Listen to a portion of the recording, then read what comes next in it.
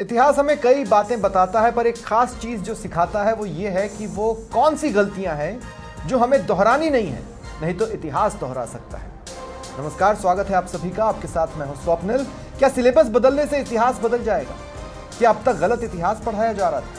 अभी तो कई ऐसी चीजें हैं जिनका इतिहास लिखा ही नहीं जा सका है, और जिनका लिखा गया है उस पर सियासत जारी है। एनसीईआरटी ने कक्षा 7 की पाठ्यपुस्तकों से मुगलों और दिल्ली सल्तनत के सभी संदर्भ हटा दिए हैं। भारतीय राजवंशों, महाकुंभ के संदर्भ और मेक इन इंडिया और बेटी बचाओ बेटी पढ़ाओ जैसी सरकारी पहलों को नए अध्यायों में शामिल किया गया है। क्या ये आने वाली बुक के भाग का संकेत है? आज इसी पर हम चर्चा करने वाले हैं। मेरे साथ जो गेस्ट जुड़ रहे हैं आपको इंट्रोड्यूस करवा देता हूं।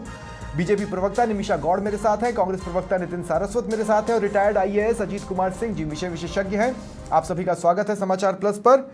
मैं शुरुआत नितिन सारस्वत आपसे कर रहा हूं। ठीक है, संकेत तो थे ही, इसमें कोई आपत्ति?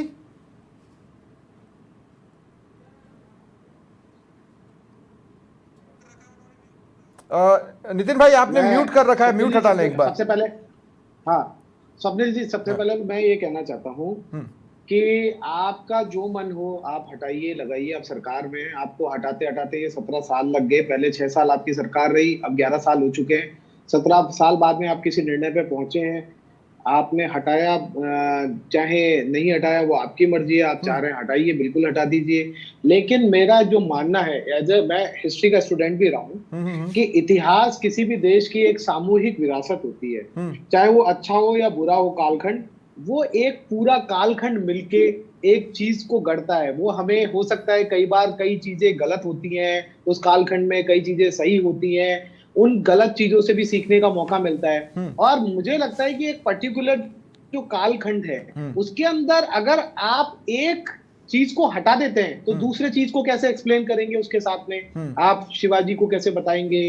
आप तमाम जो हिंदुस्तान के शूरवीर पृथ्वीराज चौहान हुए, महाराणा प्रताप हुए, हमारे कई सारे जो शूरवीर हुए, तो उस कालखंड में आप उनको एक आइसोलेशन में किस तरीके से आप उनको बता सकते हैं? तो ये भी एक चैलेंज है। लेकिन मैं ये कह रहा हूं कि आपने आपने किया। एक बात मुझे बताइए कि क्या आपको लगता है कि अब तक जो पढ़ाया गया वो अनबैलेंस था, और इसकी नींव जो आजाद भारत के पहले 4-5 शिक्षा मंत्री रहे उनकी वजह से पड़ी?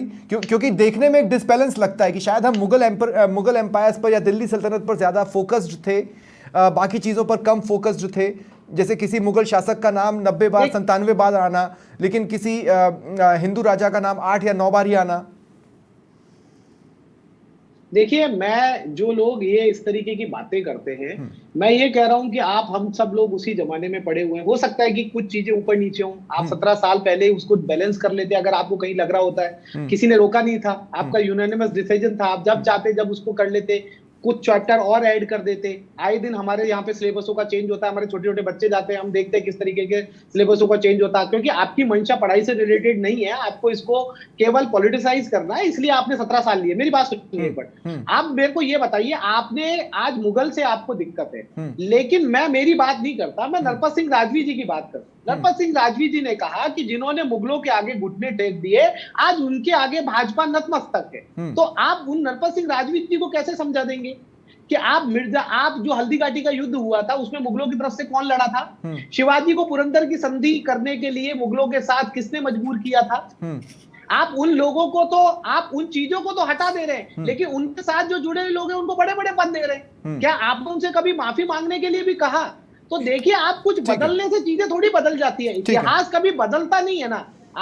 आपको इतिहास एक छोटा सा पॉइंट और है नितिन भाई, समग्र रूप से। इससे पहले कि मैं गैस चेंज करूं, एक बात और मैं आपसे समझना चाह रहा हूं, वो सिर्फ ये कि क्या कांग्रेस को ये भी डर है कि महात्मा गांधी के योगदान को कम ज्यादा करके किताबों में डाला जा सकता है?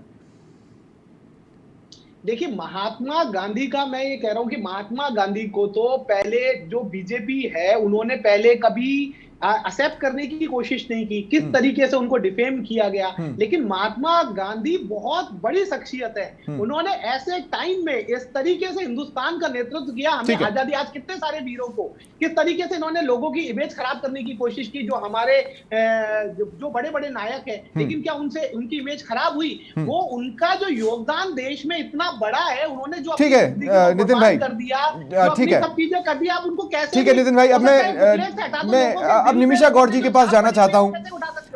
क्लियर अंडरस्टैंडिंग से पहले निमिषा गौड़ जी मैं आपके पास आ रहा हूं। निमिषा जी, जैसे कुतुब मीनार किसने बनवाया?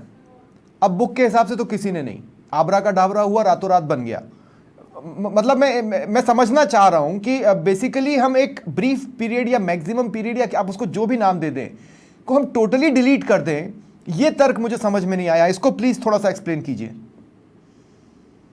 स्वप्निल जी, भारत की स्वतंत्रता के 75 साल बाद हम अपने गौरव के, हम अपने सांस्कृतिक और सभ्यता के गौरव के अंशों को पर हम गर्व करेंगे, और वो हमारे प्रधानमंत्री के पंच प्रण में शामिल था। ठीक है, जो 76वें स्वतंत्रता दिवस पर हमारे प्रधानमंत्री जी ने लाल किले की प्राचीर से कहा था, ये परिवर्तन भारत की यात्रा है।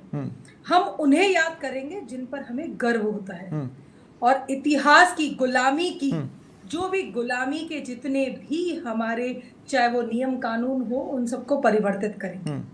तो भारत एक ऐसा राष्ट्र है जो अपनी सभ्यता और इतिहास पर गौरवान्वित है। और नहीं, दो सेकंड, थोड़ा सा क्या मैं आपको क्लियर समझ पा रहा हूं? आप ये कह रहे हो कि हम एक जनरेशन बनाएंगे जो आत्ममुग्ध होगी, बस दैट्स इट। आत्ममुग्ध क्यों नहीं होगी?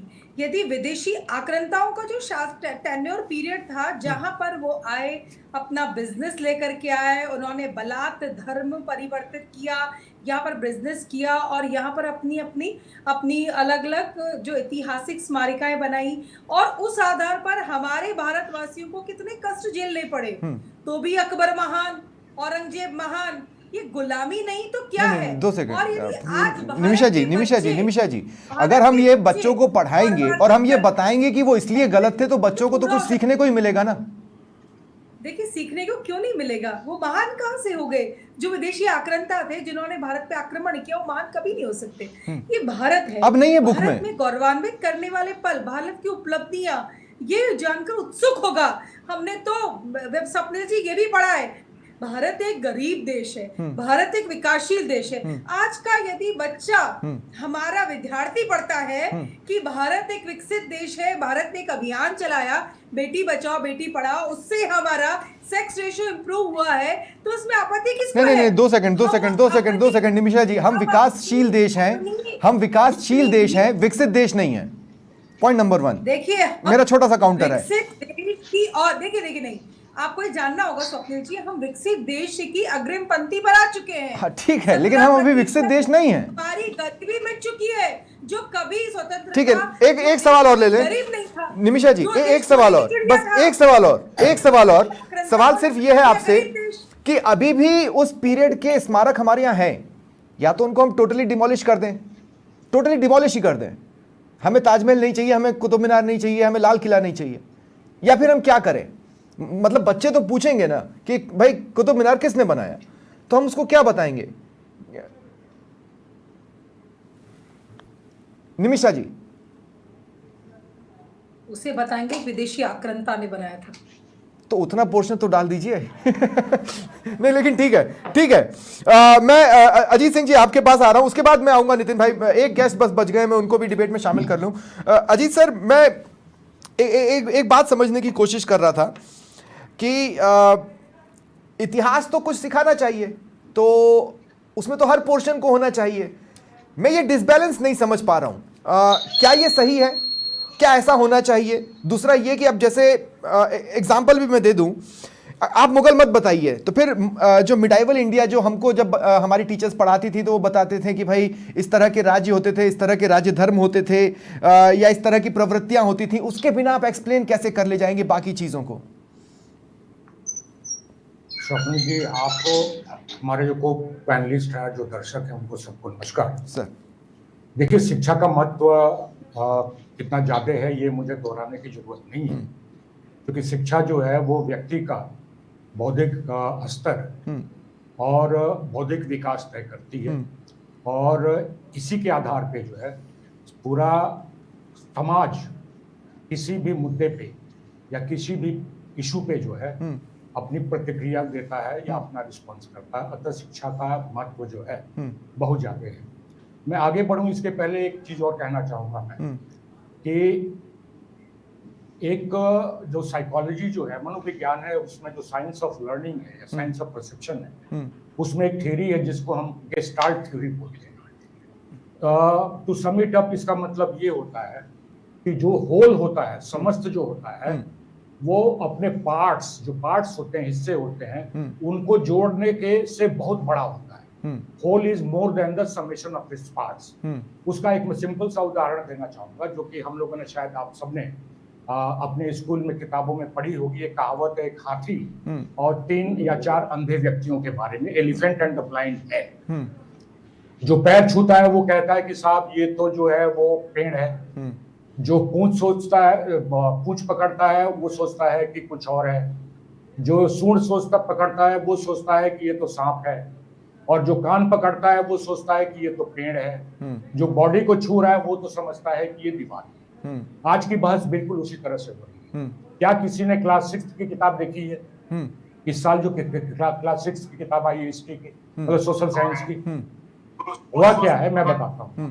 तो मैं आपको जो इस बार जो ये बता रहे हैं क्लास 7th में डाला गया है, वो पिछली बार जो है, जो ओल्ड एनसीईआरटी की जो किताब है, उसको अगर उठा करके देखेंगे तो उसके ही चैप्टर्स हैं जो मिसेज उन्होंने लिखा था, रुमिला थापर जी ने, जो क्लास 6 की किताब है पहले जो उन्होंने एडिट की थी, वो लिखा हुआ। आप चैप्टर्स उठा करके देखेंगे, the study of Indian history, क्या होता है history, early man takes to the city, life in the Vedic age, kingdom of Magad, Maurya Empire, India after the Mauryas, the age of Guptas and the age of his smaller kingdom।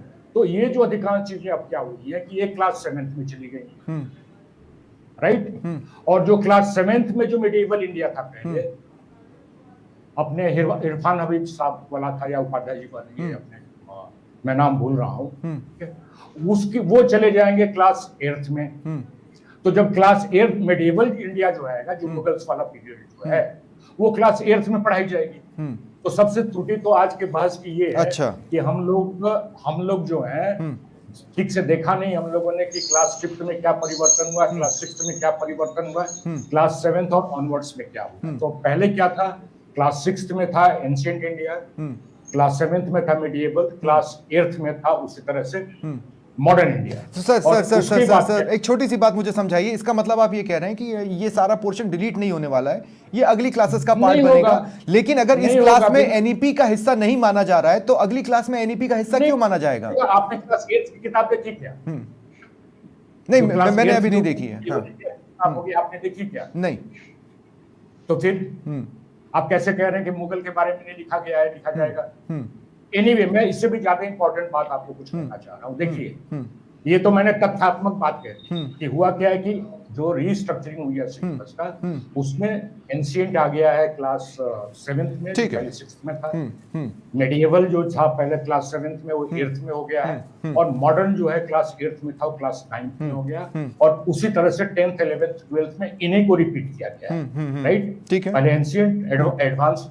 तो एक तो बात ये clarity होनी चाहिए कि कुछ नहीं निकाला गया है, राइट। क्योंकि अभी मेडिएवल इंडिया के बारे में किताब जो है एनसीईआरटी आई नहीं है। अब बात होती है, देखिए ऐसा क्या, ये देखिए जो हिस्ट्री जो है आपका, मेरा कहना हालांकि बहुत लोगों को खराब लगेगा, भारतवर्ष का जो इतिहास लिखा गया है वो हिस्टोरियन द्वारा नहीं लिखा गया है, वो डिस्टोरियंस के द्वारा लिखा गया है, जिन्होंने पूरा का पूरा इतिहास को डिस्टॉर्ट कर रखा है। और इसके 3 कैटेगरी के लोग हैं, जिसको स्टार्ट किया था मैकॉले ने 1833 में कि पूरा एजुकेशन सिस्टम कैसे चेंज करना है और एजुकेशन सिस्टम में भारतीयों को क्या पढ़ाना है और किस तरह से पढ़ाना है। उसके बाद जो होता है, आजादी के बाद जो हमारे जो यहाँ पे एजुकेशन मिनिस्टर्स बने और कल्चर मिनिस्टर्स बने, अब्दुल कलाम से लेकर के उसके बाद आए जाकिर हुसैन जी, उसके बाद अगर आप उठा करके देखेंगे तो या तो अधिकांशतः जो है ये मुस्लिम्स रहे हैं या मार्क्सिस्ट रहे हैं। तो इन्होंने डिसाइड किया। देखिए हिस्ट्री में और मतलब कि शिक्षा में दो चीजें बहुत जरूरी है, खास करके हिस्ट्री के बाद।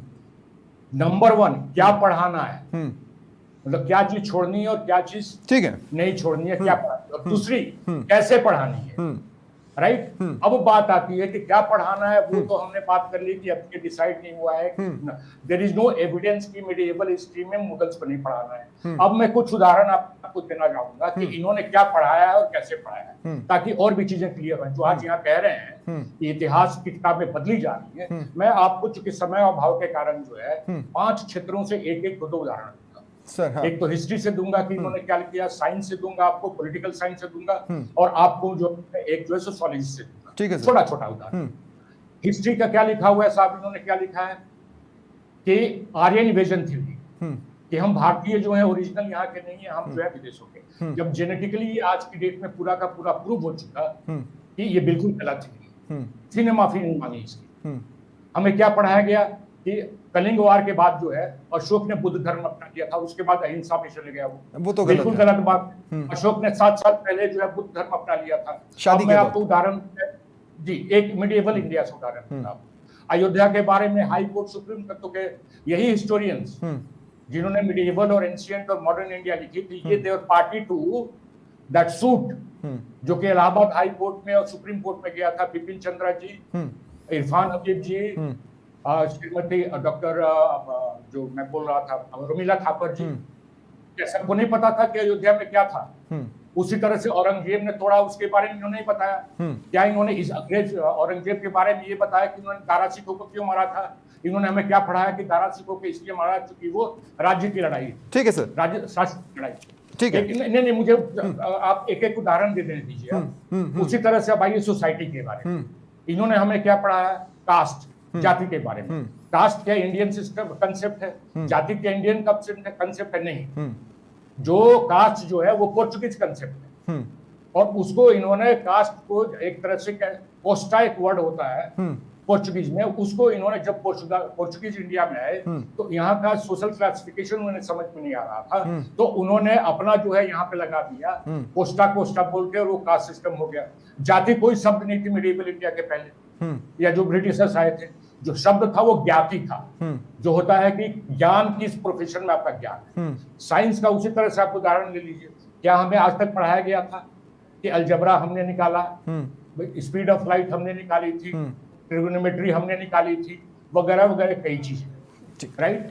तो मैं अनन्य उदाहरण दे सकता हूं। तो ये जो हिस्ट्री हमें नहीं, पर सर इसका मैंने एक निचोड़ निकाला है। निचोड़ ये निकाला कि अगर किसी पर्टिकुलर आइडियोलॉजी वालों ने अपने हिसाब से हिस्ट्री लिखी तो कम से कम वो हिस्टोरियंस दे रहे थे जो लिख सकें। एक पर्टिकुलर आइडियोलॉजी वाले अपने हिस्टोरियंस दे नहीं पाए, जिसकी वजह से उनका हिस्ट्री में पार्ट देखने को नहीं मिल रहा है। मैं इसका मोटा मोटा निचोड़ ये निकाल रहा हूं, लेकिन इस पर मैं आपसे बातचीत करूंगा।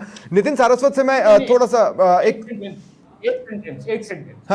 हाँ, आइडियोलॉजी के हिसाब से किताब लिखी जाती है, पहले भी लिखी गई, अभी भी लिखी गई, लेकिन उस आइडियोलॉजी के बाद उसमें जो लिखी गई है, क्या आप उसको तथ्य के स्केल पे जांचेंगे या नहीं जांचेंगे? क्या आप जांचेंगे नहीं कि अशोक जो है कब बना था? क्या आप जांचेंगे कि नहीं कि अयोध्या का मंदिर कब बना था? क्या आप जांचेंगे नहीं कि मतलब कि लाइफ के बारे में मैं आगे आपके पास आता हूं। मैं एक बार नितिन सारस्वत लगातार हाथ उठा रहे थे, मैं उनका पॉइंट नहीं ले पाया हूं। नितिन सारस्वत, क्या जोड़ना चाह रहे थे आप? अगर ये क्लियर ही नहीं है, जैसे अब मुझे भी बैक ट्रैक होना पड़ रहा है, हो सकता है आगे की क्लासेस में आ जाए, तो क्या हम प्री मैच्योर डिबेट कर रहे हैं या फिर हम एक डर के हिसाब से डिबेट कर रहे हैं?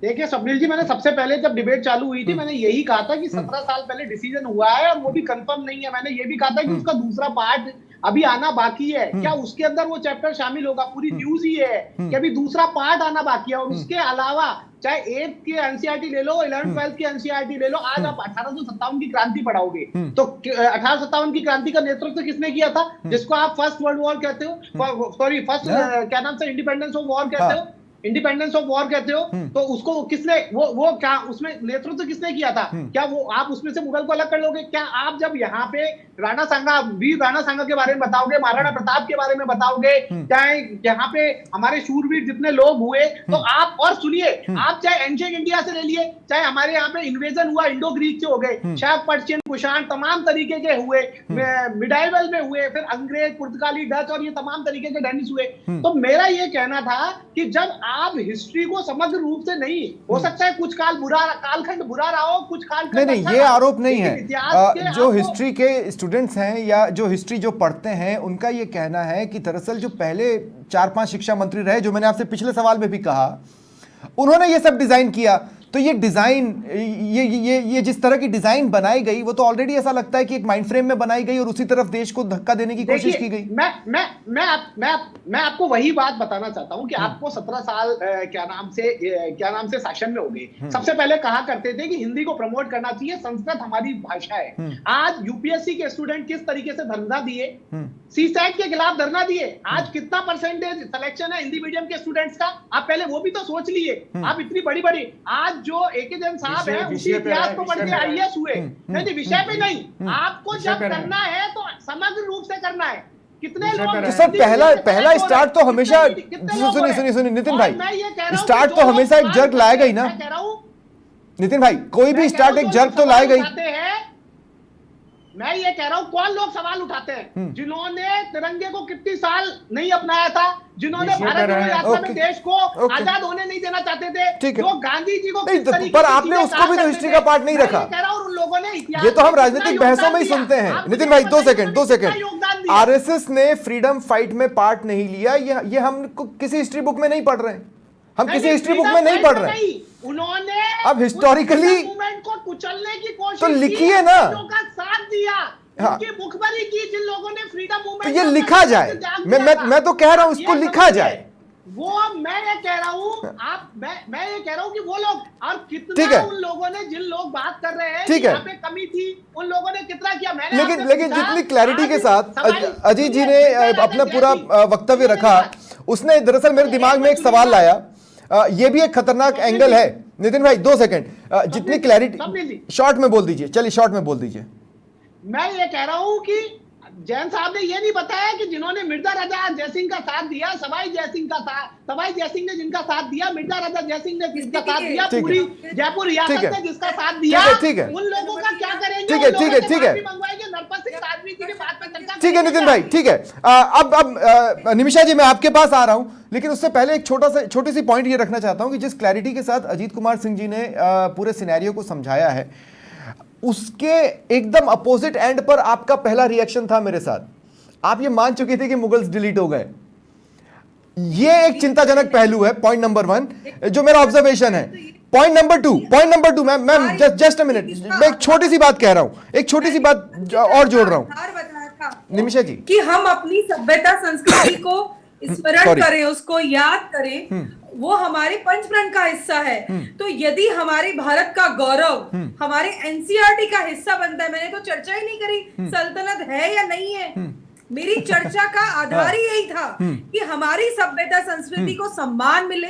और दूसरी बात, ये खिसियानी हंसी जो हंस रहे हैं ना, इसलिए दुश्मन देश के वहां पर चर्चाओं के अंदर आता है कि है ना भारत में, इसलिए हंस रहा हूं कि आपको पता ही नहीं है क्या हुआ है। नहीं, आपको पता ही नहीं है। नहीं, 2 मिनट नितिन भाई प्लीज पर्सनल नहीं होंगे, नितिन भाई प्लीज पर्सनल नहीं होंगे, नितिन भाई 2 मिनट, नितिन भाई ठीक है, नितिन भाई ओके डन नहीं नितिन भाई प्लीज नितिन भाई प्लीज रुक जाइए, नितिन भाई प्लीज रुक जाइए। मैंने आपके बीच में किसी को नहीं बोलने दिया, आप किसी के बीच में ना बोलें प्लीज। नितिन भाई ठीक है, नितिन भाई प्लीज रुक जाइए। हाँ निमिषा गौड़ जी, मेरा एक सवाल ले लीजिए प्लीज। मैं एक चीज समझना चाह रहा था, बेटी बचाओ अभी हिस्ट्री का पार्ट नहीं है, अभी चल रहा है, रनिंग है, ठीक है। मेक इन इंडिया अभी रनिंग है, पहली बार इम्प्रूव हुआ है, उसकी सक्सेस है ये, देखिए उसकी सक्सेस है। हमारे विद्यार्थी रटाए विद्यार्थी क्या, मुगलों की गुलाम कांग्रेस क्या जाने भारत का मान। तो मैडम अरे मुगलों के गुलाबों को डिप्टी सीएम तो आप बना रहे हो, डेली पैर छू रहे हो।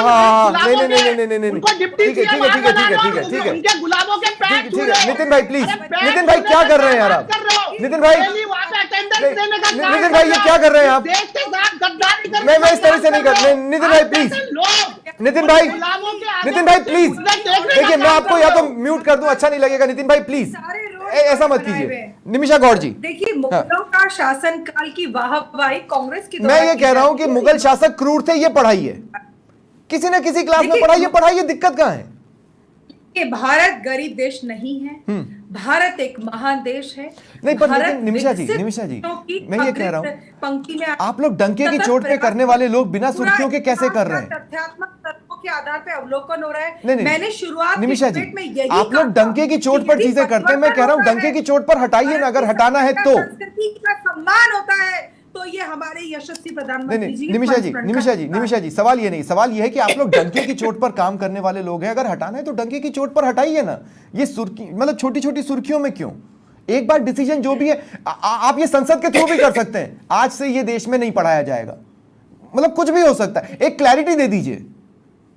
देखिए, क्लैरिटी तो इस बात की स्वप्निल जी, हमारे विद्यार्थियों को सीक्वेंस ऑफ हिस्ट्री उसका पार्ट कम किया जाना, भारत की महानता का पार्ट बढ़ाया जाना, ये आज की तारीख में एनालिसिस हो रहा है। ठीक है, तो ये हम सबके लिए गौरवान्वित करने की बात है। आपने और हमने स्वप्निल जी यही पढ़ा है ना, एक गरीब पिछड़ा देश है जो विकास करना चाहता है, जिसका ई गवर्नेंस की संकल्पना है, ये सब हमने पढ़ा है। और आज यदि विद्यार्थी पढ़ता है महाकुंभ, निमिषा जी, मैं अब क्लोजिंग कमेंट के लिए जा रहा हूं अजीत कुमार सिंह जी के पास। मैं सिर्फ क्लोजिंग कमेंट्स के लिए जा रहा हूं। अजीत कुमार सिंह जी, एक तो मैं आपका क्लोजिंग कमेंट चाहता हूं, दूसरा मैं अपना पॉइंट क्लियर कर दूं। जब मैं आपसे पिछला सवाल पूछ रहा था, मेरा ये कहना था कि रोमिला थापर या बिपिन चंद्रा या सतीश चंद्रा, ये लोग एक आइडियोलॉजी से आए और उन्होंने अपनी तरफ से इतिहास लिखा। मैं ये कह रहा हूं कि सेकंड साइड को भी, या जिसको हम राइट विंग कहते हैं, उनको भी आकर अपना इतिहास लिखना चाहिए, एक बड़ा इतिहासकार बनाना चाहिए, नया इतिहास लिखा जाए। मैं इसका समर्थक हूं कि एक नया इतिहास लिखा तो जाए कम से कम। जी देखिए, मैंने पहले भी कहा था, मैं उसको दोहराना चाहूंगा।